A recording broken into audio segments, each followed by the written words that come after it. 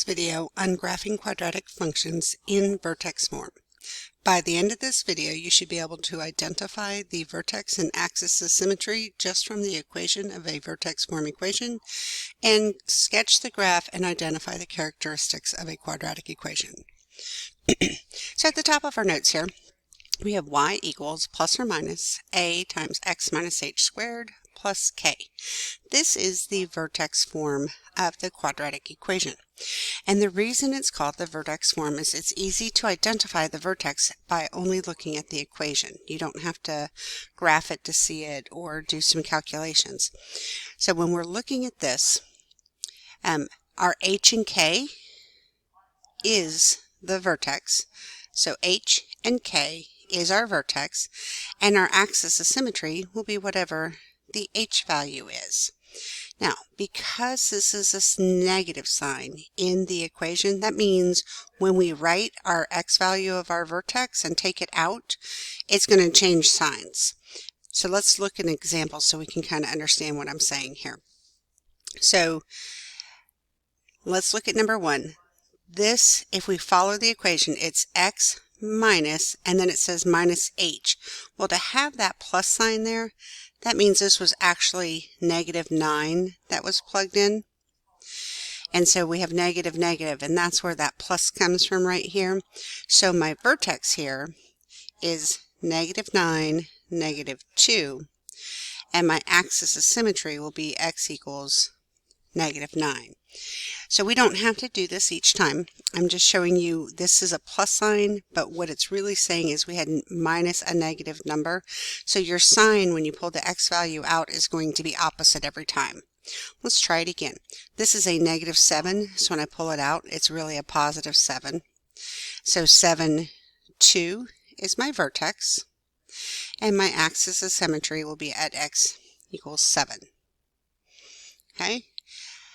When we pull the 1 out, this is really minus a -1. That's where the plus comes from. So this is a -1. 4 is my vertex, and my axis of symmetry is the vertical line at x equals -1. Go ahead and pause the video and try this last one on your own. See how you do. You should have gotten a vertex of 10, -3 with an axis of symmetry at x equals 10. So we'll try a couple of examples. You want to bring Desmos up on your phone or on your computer screen to help you with this. Before we get started, we'll go ahead and identify the axis of symmetry and the vertex for both of these. So the vertex will be at 2, -2, and our axis of symmetry then will be at x equals +2. Okay, try it again over here. That's a -2, so it comes out as a +2. +1 is our vertex, and our axis of symmetry is at +2. So we could actually graph these 2, -2. So I know my vertex, 2, 1. What I need is the rest of the points, and we're going to use Desmos for that. So go ahead and pause the video and put this equation into Desmos, and then come back when you're ready. All right, so let's take a look at this Desmos version. We've put in the equation just like we saw it on our paper. And if you come over here, 2, -2 is our vertex, which we had already identified as the vertex. I can see I have some X-Intercepts here at 1, 0 and 3, 0. So I'll go ahead and graph those, 1, 0 and 3, 0. I would like some more points to make this a little bit easier for me to graph. I'm going to pull Desmos back up again. And I can either click on the graph, or I can click over here on the wheel and get my table of values, and I can pick up some more points. So 0, 6. So I'm going to graph 0, 6, and that's probably it. I'm going to show you how you can use your line of symmetry to help you here too. So 0, 1, 2, 3, 4, 5, 6. Okay, now here's where your line of axis of symmetry is really beneficial to you. When I draw this in so you can see, remember your axis of symmetry cuts your parabola exactly in half, left to right.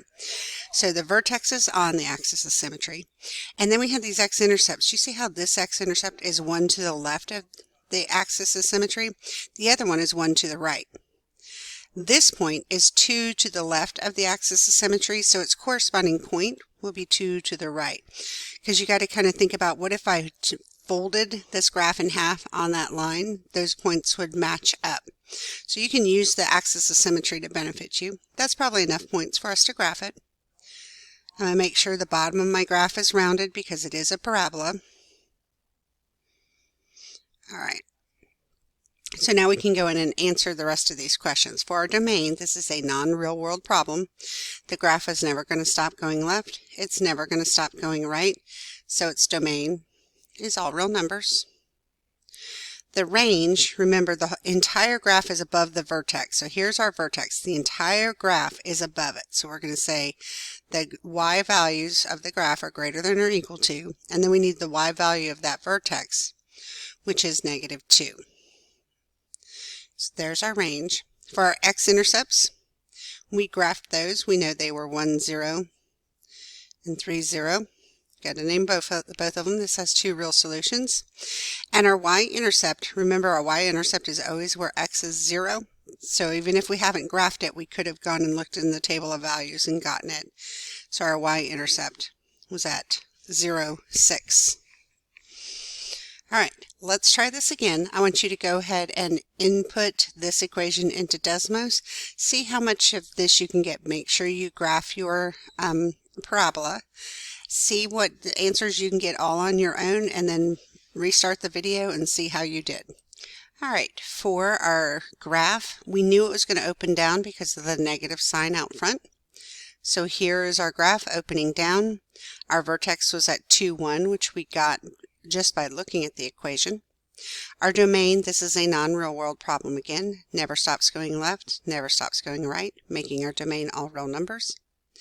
The range are all the y values that are on the graph. In this case, the vertex is on top, so all the y values are below the vertex. So y's are less than or equal to the y value of the vertex, which is 1. Our x-intercepts is where the graph crosses or touches the x-axis, so that's 1, 0, and 3, 0. And our y-intercept is where the graph crosses the y-axis. You can either look at the table of values where x is 0, or this one we could see pretty clearly was at 0, -3. All right, so hopefully that was helpful. Let me know if you have any questions. See you in class.